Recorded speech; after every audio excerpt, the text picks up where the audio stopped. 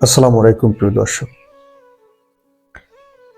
দিনটা অত্যন্ত শোকাবহ, কারণ মৃত্যুহীন প্রাণ ওসমান হাদি আর নেই। গতকাল রাত 9টা 30 মিনিটে সিঙ্গাপুরের জেনারেল হসপিটালে সবাইকে কাঁদিয়ে নাফরার দেশে চলে গেছে আমাদের প্রিয় ওসমান হাদি। ওসমান হাদি বারবার আসে না, ওসমান হাদিরা বারবার আসে না। দশক যুগ শতাব্দীতে এদের দেখা মেলে, শতাব্দীতে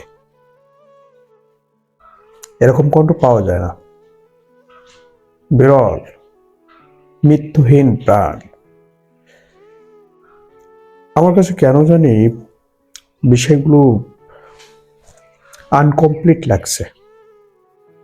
গতকাল বৃহস্পতিবারে 18 ডিসেম্বর 2025 ঢাকার একটা ফ্ল্যাট থেকে জুলাই যোদ্ধা এবং এনসিপির নেত্রী জান্নাতারা রুমির মৃতদেহ উদ্ধার করে পুলিশ। আত্মহত্যা বা হত্যা কোনটা জানে না, গলায় দড়ি দেওয়া অবস্থায়, রশি দেওয়া অবস্থায় তাকে পাওয়া গেছে। তাহলে কি জুলাই যোদ্ধারা এভাবেই শেষ হয়ে যাবে? আফসোস, আফসোস। বাংলাদেশের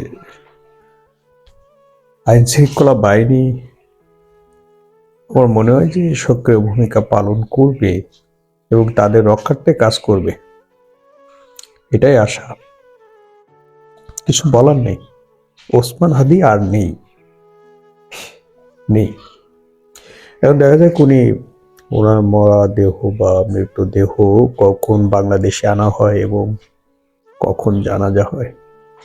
দোয়া করবেন সবাই ওসমান হাদির জন্য। কোনো ছাওয়া নেই, দোয়া করবেন। ওসমান হাদি নেই। আসসালামু আলাইকুম।